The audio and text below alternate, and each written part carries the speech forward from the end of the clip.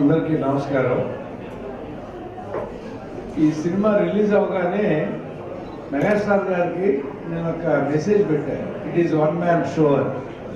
ఇప్పటికీ అదే ఒప్పుకుంటున్నాను. నేను ఆయనే ఆడిస్తున్నారు ఈ సినిమా. నెంబర్ 1 కథ సినిమా సక్సెస్ కారణం అవుతుంది. ఆ కథను ఎన్నుకుంది కూడా ఆయన, కాబట్టి ఈ మార్క్ కూడా ఆయనకే వేస్తున్నా. అలా మెగాస్టార్తో ఖైదీ నుంచి ఖైదీ నెంబర్ 150 దాకా గురుగారు మన journey, it is a sweet journey. మీరు సినిమాలో స్వీట్ వార్నింగ్ అన్నారు, it is a sweet journey మా జీవితానికి. అసలు ఎవరైనా 30 ఏళ్ళు దాటి ఖైదీ నెంబర్ 150లో హీరోకి వయసు ఉంది అనుకుంటే వాళ్ళ కళ్ళజోళ్ళు పెట్టుకోవాలంతే.